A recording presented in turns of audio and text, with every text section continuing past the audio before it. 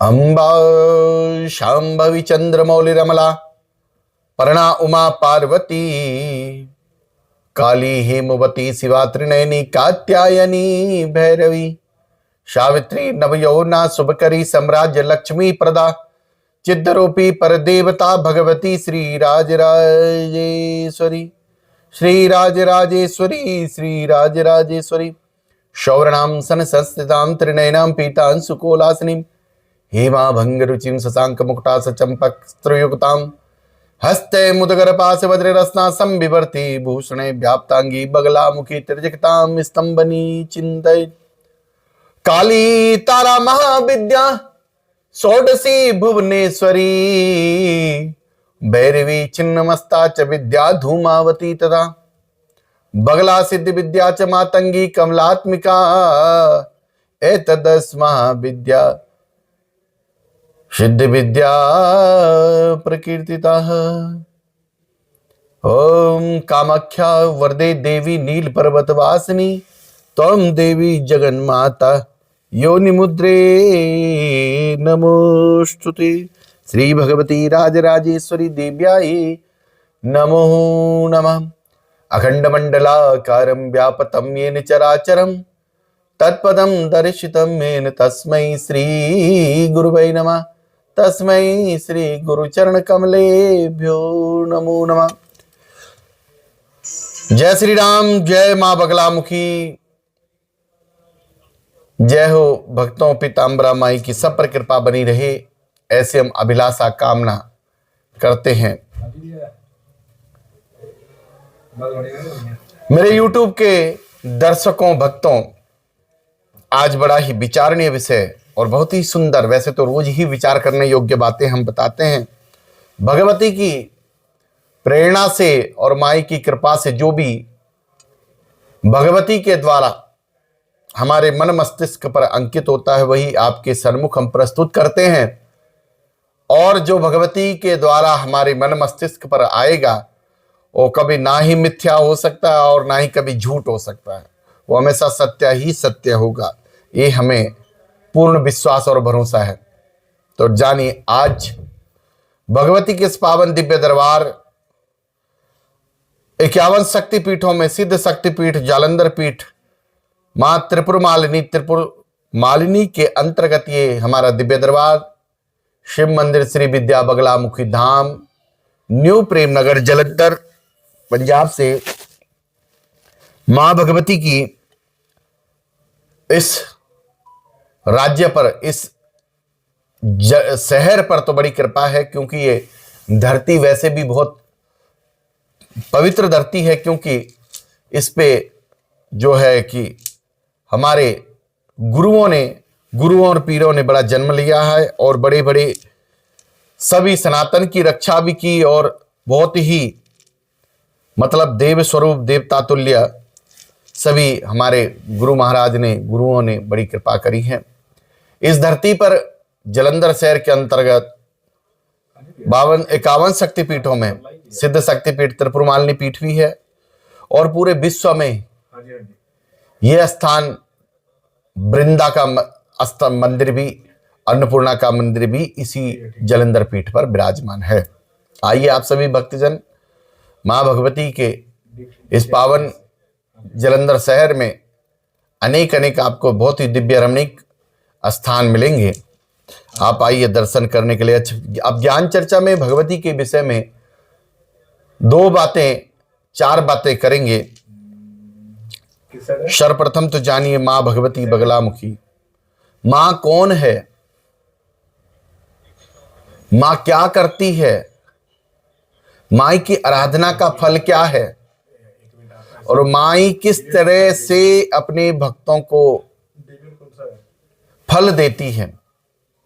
सर्वप्रथम तो जानिए मां, जो 10 महाविद्याओं में अष्टम महाविद्या, ये तो मैं कई बार बता चुका हूं। अष्टम यानी 8वीं देवी, 10 महाविद्याएं हैं, इनमें 8वीं देवी हमारी मां भगवती। पीताम्बरा बगलामुखी अनेक और एक नाम है इसके, विष्णु वंदिता, विष्णु प्रिया, विष्णु शंकर भामनी, कई नाम है। ये जब हम वो पढ़ते हैं ना अपना बगला अष्टोत्तर सतनाम, उसमें भी आता है, उसमें तो सिर्फ 108 नामों का विवेचन है। लेकिन इसमें जब हम सहस्त्र नाम पढ़ते हैं, बगला सहस्त्र नाम, फिर उसमें भगवती के 1000 नामों की जो गणना है, उसमें भगवती माँ बगलामुखी जी के कई नामे वैष्णवी माया है और भगवान विष्णु के तेज पुंज से माँ बगलामुखी जी की उत्पत्ति हुई है। जानिए अब कैसे हमें माँ भगवती को प्रसन्न करना है। सर्वप्रथम बहुत ही अनर्गला बातें और अनेक अनेक प्रकार से लोग बातें करते हैं। क्या भगवती बगलामुखी बिना गुरु के सिद्ध होती है, ये होती है, वो होती है, कई प्रकार की बातें। देखो, सिद्धि और प्रसिद्धि, इनके चक्कर में तो कभी पड़ना ही नहीं चाहिए। आप सिर्फ भक्त बनिए। भक्त बन के सरलता से जो आप कार्य हासिल कर सकते हैं, वो सिद्धि और प्रसिद्धि के चक्कर में तो कभी नहीं, क्योंकि समय भी बहुत थोड़ा है और मन मंदिर हमारा परिपक्वता नहीं है। हमारा किसी देवता से यदि 10 दिन 12 दिन की उपासना से काम नहीं बनता तो हमारा मन उठने लग जाता, खिन्न होने लग जाता मन, और कार्य पूर्ण ना होने पर बीच बीच में हमको संदेह होने लग जाता है कि क्या ये देवता हमारा कार्य कर सकता है, क्या हमारे ये मंत्र कार्य कर सकता है, और वहीं हमारी साधना भंग हो जाती है। इसलिए ना ही सिद्धि के चक्कर में पड़े, ना ही प्रसिद्धि के चक्कर में पड़े, चक्कर में सिर्फ भगवती का प्रेम पाने के चक्कर में पड़े।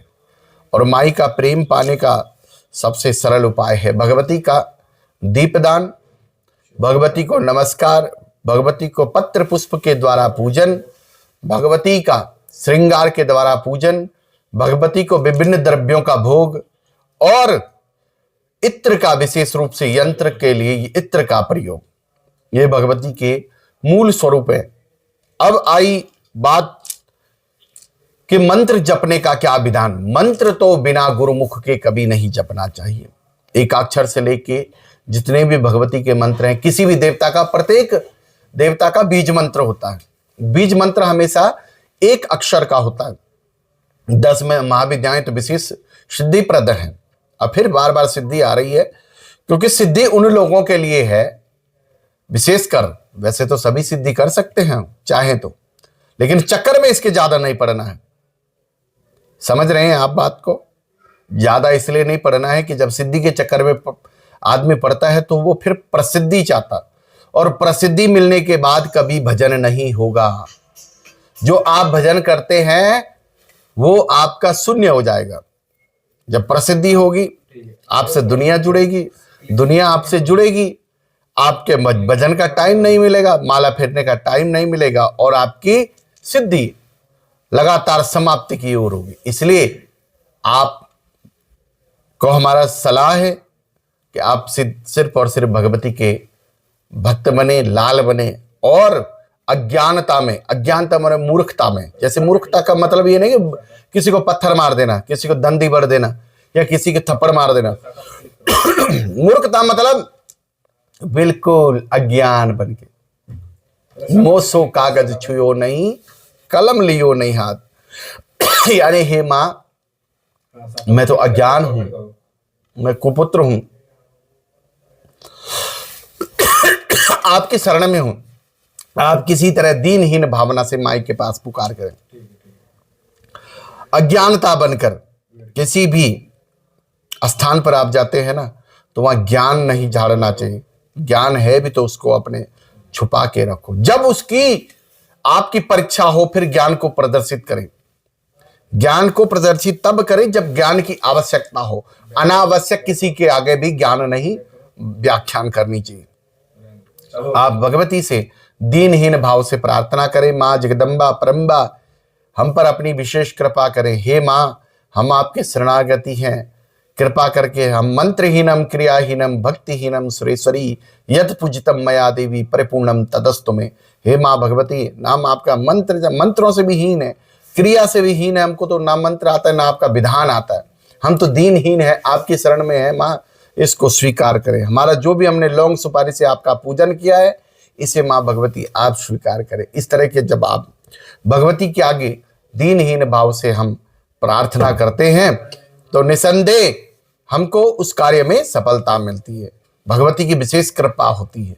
और यदि हम बिल्कुल वैदिक विधान पे चलेंगे, अपने राम जी की इच्छा से, माई की इच्छा से, हम बहुत व्याकरणाचार्य बन जाएंगे। बड़े बड़े हम श्लोकों का स्मरण हमें होगा नहीं। श्लोकों को देखो, पढ़ना सब कुछ है, ऐसा नहीं कि पढ़ना नहीं है कि हमको आता नहीं तो हमने उसको अध्ययन करें। शास्त्र सुचिंतित पुनि पुनि देखा, अर्थात जब तक आप किसी चीज को पढ़ेंगे नहीं, एक बार गलती होगी, 2 बार गलती होगी, 3 बार, 10 बार, 15 बार, 20 बार, 6 महीने, साल भर, उसके बाद आपका कहीं ठहराव आना शुरू होगा।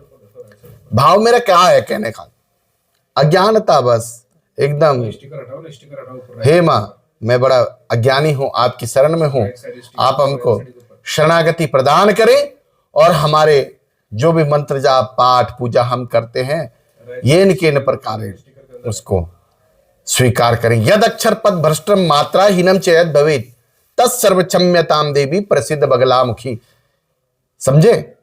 यानी यद अक्षर पद भ्रष्टम मात्रा हीनम च यद भवेत् तत्सर्व क्षम्यताम देवी प्रसिद्ध बगलामुखी। इस तरह आप भगवती से प्रार्थना करें, माँ भगवती हम पर अपने अनुग्रह करें, हम पर कृपा करें और हमको अपनी शरणागति ले ले।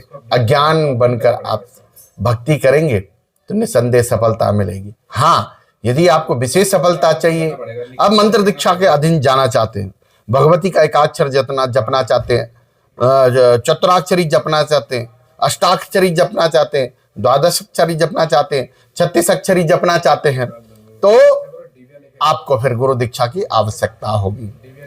और भगवती के मंत्रों के बारे में आगे के वीडियो में आपको बताया जाएगा। आप हमसे मिलना चाहते हैं, हाँ जी, कोई भक्त मेरे को बाहर से विदेशों से फोन करते हैं, मंत्र दीक्षा किसी भी प्रकार, वैसे तो ऑनलाइन ये निषेध है, शास्त्र विदित तो ये निषेध है, लेकिन कोई अगर मिलना चाहता है, हमारा लगातार भगवती ने चाहा तो यहाँ पर मंत्र दीक्षा का कार्यक्रम चलता रहेगा और छोटी छोटी दीक्षाएं भी हम साधनाएं भी हम भगवती के इस पावन पवित्र स्थान पे कराने की सोच रहे हैं। अगर आप हमसे मिलना चाहते हैं, साधनाओं के बारे में जानना चाहते हैं या साधना करना चाहते हैं, तो आप पूर्ण रूप से पहले अपने आप को सबल करिए और आप हमारे पास आके साधनाएं कर सकते हैं। देखिए, यहाँ पे किसी भी प्रकार का शुल्क नहीं लिया जाता।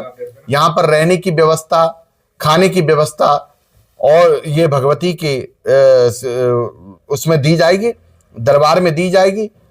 और इसके अलावा जो भी ऊपर का खर्चा है वो आपको खुद का स्वयं का खर्चा स्वयं करना पड़ेगा। पहले 1 साल का हमने नियम लिया है, 1 साल में हम 2 साधनाएं करेंगे जिसका हम कोई दक्षिणा नहीं लेंगे। लेकिन विधान के अनुसार यदि कोई भक्त बाहर से आकर हमारे साथ हमारे आश्रम के लिए कोई सहयोग करना चाहता है तो वो कर सकता है। यहाँ पर किसी भी प्रकार का मंत्र दीक्षा देने के लिए, लेने के लिए किसी भी प्रकार का कोई सेवा शुल्क नहीं लिया जाता। जय श्री राम, जय मां बगलामुखी।